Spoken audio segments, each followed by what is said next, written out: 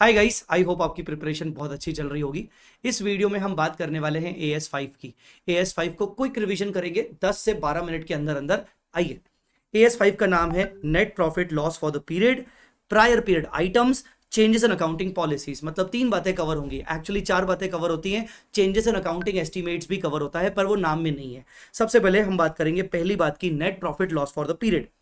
AS5 कहता है कि जितने भी इनकम्स और एक्सपेंसेस होते हैं उनको हमेशा आप P&L में ही रिकॉग्नाइज करोगे, अनटिल एंड अनलेस कोई AS कुछ और ट्रीटमेंट रिक्वायर ना करे। मतलब आपको कोई भी इनकम या कोई भी एक्सपेंस आ रही है, आप उसको हमेशा P&L में लेके जाओगे।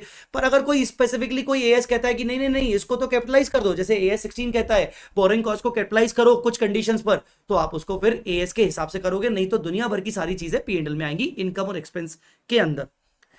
प्रॉफिट लॉस कंसिस्ट ऑफ, अब AS5 कहता है कि जो कुल मिला के जो कंपनी अपना प्रॉफिट लॉस निकालती है वो 2 चीजों से बना होता है। एक होता है profit and loss from ordinary activities, और दूसरा उसमें कुछ एक्स्ट्रा ऑर्डिनरी आइटम होते हैं।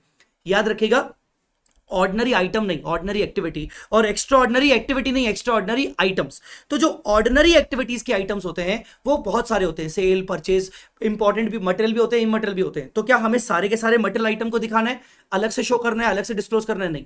Profit loss from ordinary activities के हर आइटम को दिखाने की जरूरत नहीं है। आप सिर्फ उन आइटम्स को दिखाओगे जिनका नेचर बहुत इंपॉर्टेंट है या जिनका साइज बड़ा है। अकॉर्डिंग टू देयर साइज और nature, if entity feels that उनका डिस्क्लोजर जरूरी है, सो दैट हम अपने प्रॉफिट एंड लॉस के परफॉर्मेंस को एक्सप्लेन कर पाएंगे। सो प्रॉफिट एंड लॉस को या अपने परफॉर्मेंस को एक्सप्लेन करने के लिए एंटिटी फील्स कि उनके नेचर एंड साइज को दिखाना जरूरी है, तो डेफिनेटली उन आइटम्स को सेपरेटली डिस्क्लोज किया जाएगा। अब वो रिस्पेक्टिव हेड में डिस्क्लोज होता है, जैसे revenue from operation, other incomes या इंप्लॉय बेनिफिट एक्सपेंस। और अगर किसी का रिस्पेक्टिव हेड नहीं है तो आप उसको या तो एक्सेप्शनल आइटम में दिखाते हो। ठीक है, एग्जांपल्स ऑफ एक्सेप्शनल आइटम्स, ऐसे कौन कौन से एग्जांपल्स हैं एक्सेप्शनल आइटम्स के? ये बहुत जरूरी है, MCQ के लिए बहुत इंपॉर्टेंट है, करके जाइएगा। Reduction of cost of stock to NRV। जब AS2 में आप अपने इन्वेंट्री को NRV पर लेके आते हो तो जो रिडक्शन होता है आप उसको एक्सेप्शनल आइटम में दिखा सकते हो। लिटिगेशन सेटलमेंट में जो भी आपने एक्सपेंस पे ऑफ किया है वो आप एक्सेप्शन आइटम में दिखाते हो। Disposal of fix asset, fix asset को आपने डिस्पोज ऑफ किया, उसमें जो आपको लॉस हुआ आप उसको एक्सेप्शनल आइटम में दिखा सकते हो। या आपको जो लॉन्ग टर्म इन्वेस्टमेंट आपने सेल किए, सेम आपको जो लॉस हुआ आप उसको एक्सेप्शनल आइटम में दिखा सकते हो। रिट्रोस्पेक्टिव एडजस्टमेंट जो भी आपने किए हैं किसी AS के अकॉर्डिंग, जैसे मान लो AS5 बोलता है कि अकाउंटिंग पॉलिसी चेंज करने पर आपको रिट्रोस्पेक्टिव इफेक्ट देना पड़ता है, तो वो भी आप एक्सेप्शनल कैटेगरी में डाल सकते हो। तो ऑर्डिनरी एक्टिविटी के हर एक आइटम को सेपरेट डिस्क्लोज करने की जरूरत नहीं है, सिर्फ उन आइटम्स को सेपरेट डिस्क्लोज करो जिनका नेचर और साइज बहुत जरूरी है to explain the performance of the entity.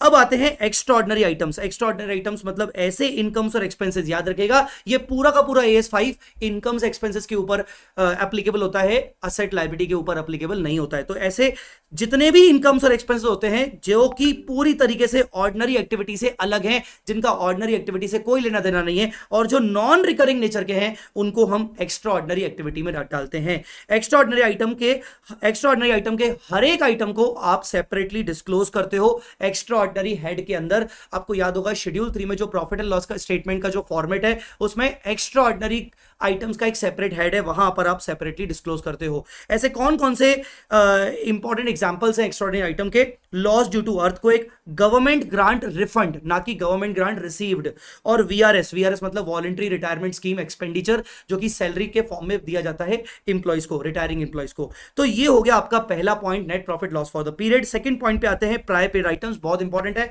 Prior period items भी आपके इनकम्स और एक्सपेंसेस के ही आइटम हो सकते हैं। प्रायर पीरियड आइटम्स मतलब ऐसे इनकम्स और एक्सपेंस जो है तो पिछले साल के।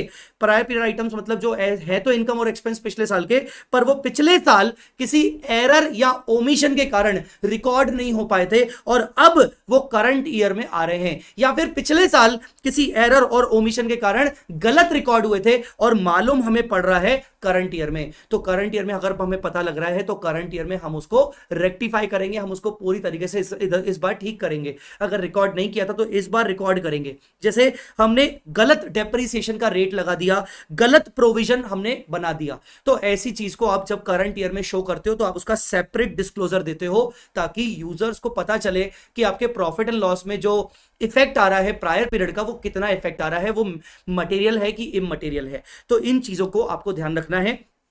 प्रायर पीरियड में ये दो शब्द बहुत इंपॉर्टेंट है, एरर और ओमिशन। यहां अगर पर इसके अलावा कोई तीसरा नहीं हो सकता, मतलब डेलिबरेटली आपने पिछले साल ये किया था, अब आपको लग रहा है नहीं मुझे ये नहीं करना, मैं वो चेंज करूं, तो आपका डेलिबरेट चेंज है, वो हो सकता है आपकी ये चेंज इन अकाउंटिंग पॉलिसी में चला जाए, ठीक है। तो ये हो गया आपका प्रायर पीरियड आइटम। अब आते हैं अपन चेंजेस इन अकाउंटिंग, क्या changes in accounting estimates as well as changes in accounting policies. तो पहले बात करते हैं चेंजेस इन अकाउंटिंग एस्टिमेट्स की।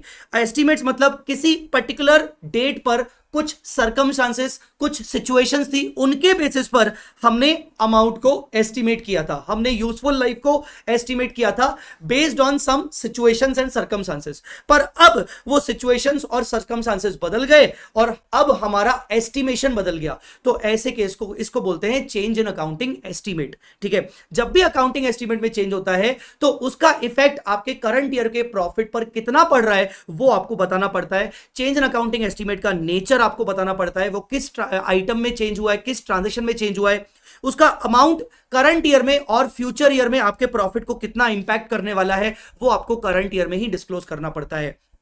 और अगर हम उसके अमाउंट को डिस्क्लोज नहीं कर पा रहे कि कितने से इफेक्ट होगा, तो आप अगर क्वांटिफाई नहीं कर पा रहे तो आपको ये फैक्ट बताना पड़ता है कि we are unable to quantify, पर डेफिनेटली ये करंट या नेक्स्ट ईयर में ये इंपैक्ट करेगा, ठीक है। चेंजेस क्या क्या हो सकता है चेंजेस इन एस्टिमेट, जैसे बैड डेट्स का प्रोविजन बदल गया, पहले आपने 5% बनाया था पर अब आपको लग रहा है 8% बनाना जरूरी है।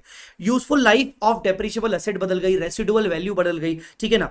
जब भी आप अकाउंटिंग एस्टिमेट चेंज करते हो तो आप उसको प्रायर पीरियड आइटम नहीं कह सकते, बिकॉज प्रायर पीरियड आइटम में एरर ओमिशन का होना जरूरी था, यहां कोई एरर ओमिशन नहीं हुआ है, यहां तो बस सिचुएशन बदल गई, वो बदली हुई सिचुएशन के हिसाब से आपको एस्टिमेट चेंज करना पड़ रहा है। इवन आप इस चेंज इन अकाउंटिंग एस्टिमेट को एक्स्ट्रा ऑर्डिनरी आइटम भी नहीं रख सकते, बिकॉज एक्स्ट्रा ऑर्डिनरी आइटम आपका ऑर्डिनरी एक्टिविटी से के अलावा होता है, जबकि चेंज इन अकाउंटिंग एस्टिमेट आपका ऑर्डिनरी एक्टिविटी के जैसा हो सकता है। ऑलवेज गिव प्रोस्पेक्टिव इफेक्ट, जब भी आपका अकाउंटिंग एस्टिमेट चेंज होगा, जैसे यूजफुल लाइफ बदल गई, जैसे रेसिडुअल वैल्यू बदल गई, जब भी अकाउंटिंग एस्टिमेट चेंज होगा तो आपको प्रोस्पेक्टिव इफेक्ट देना है। फॉर एग्जांपल आपका एसेट का यूजफुल लाइफ आपने इनिशियली एस्टिमेट किया था 10 इयर्स, 3 इयर्स हो चुके हैं तो रिमेनिंग होने चाहिए 7 इयर्स, पर आप री एस्टिमेट करके 5 इयर्स बोल रहे हो, तो आपका जो आज का बुक वैल्यू है पीपीई का उसको रिमेनिंग 5 इयर्स में डेप्रिशिएट करोगे, बस आप ये नहीं बोलोगे कि पिछले सालों का मैं डेप्रिशिएशन चेंज करूं, ठीक है। तो आपको प्रोस्पेक्टिव इफेक्ट देना होता है चेंज इन अकाउंटिंग एस्टिमेट में। अगर मैं चेंज इन अकाउंटिंग पॉलिसी की बात करूं तो चेंज इन अकाउंटिंग पॉलिसी का मतलब होता है कि आपने पहले कोई पॉलिसी अडॉप्ट करके बैठे थे, अब वो पॉलिसी आप बदल रहे हो, अब वो पॉलिसी आप बदल रहे हो। तो चेंज इन अकाउंटिंग पॉलिसी आप कब करते हो, जब आपको कोई लॉ का रिक्वायरमेंट है, जब फॉर एग्जांपल आपको कंपनीज एक्ट कह रहा है कि आप अपनी अकाउंटिंग पॉलिसी को बदलिए, या फिर आप अपनी अकाउंटिंग पॉलिसी को चेंज करते हो जब आपको कोई अकाउंटिंग स्टैंडर्ड फॉलो करना होता है, कोई अकाउंटिंग स्टैंडर्ड के अकॉर्डिंग आपको कोई अकाउंटिंग पॉलिसी अडॉप्ट करनी होती है, तो आप अकाउंटिंग पॉलिसी चेंज कर सकते हो। या फिर तीसरा, आप अपनी अकाउंटिंग पॉलिसी चेंज कर सकते हो जब आपको ऐसा लगता है कि फाइनेंशियल स्टेटमेंट्स में जो प्रेजेंटेशन किया जाएगा फाइनेंशियल इंफॉर्मेशन का, असेट्स का, लाइबिलिटीज का, वो बेटर प्रेजेंटेशन होगा, वो और अच्छे से हम प्रेजेंट कर पाएंगे और उससे डिसीजन मेकिंग भी आसान होगी यूजर्स की। तो अगर इन तीन में से कोई एक कारण से आप अकाउंटिंग पॉलिसी चेंज करना चाहते हो तो आपको अलाउड है, बिल्कुल थम्स अप, आप अकाउंटिंग पॉलिसी चेंज कर सकते हो। अगर आप अकाउंटिंग पॉलिसी चेंज कर सकते हो तो उस चेंज के कारण आपके प्रॉफिट पर अगर मटेरियल इफेक्ट पड़ता है तो आपको वो डिस्क्लोज करना जरूरी है, चाहे वो आपके करंट ईयर के प्रॉफिट पर इफेक्ट पड़ रहा है, चाहे वो आपके फ्यूचर ईयर के प्रॉफिट पर इफेक्ट पड़ रहा है, पर आपको ये डिस्क्लोज करना है और आपको क्वांटिफाई करना है कि आपका प्रॉफिट पर कितने से इफेक्ट पड़ेगा। अगर आप क्वांटिफाई नहीं कर सकते तो सेम एस्टीमेट की तरह आपको फैक्ट डिस्क्लोज करना पड़ेगा, ये फैक्ट डिस्क्लोज करना पड़ेगा कि आप क्वांटिफाई नहीं कर सकते हो पर इसका इंपैक्ट आपके प्रॉफिट पर पड़ रहा है या पड़ेगा।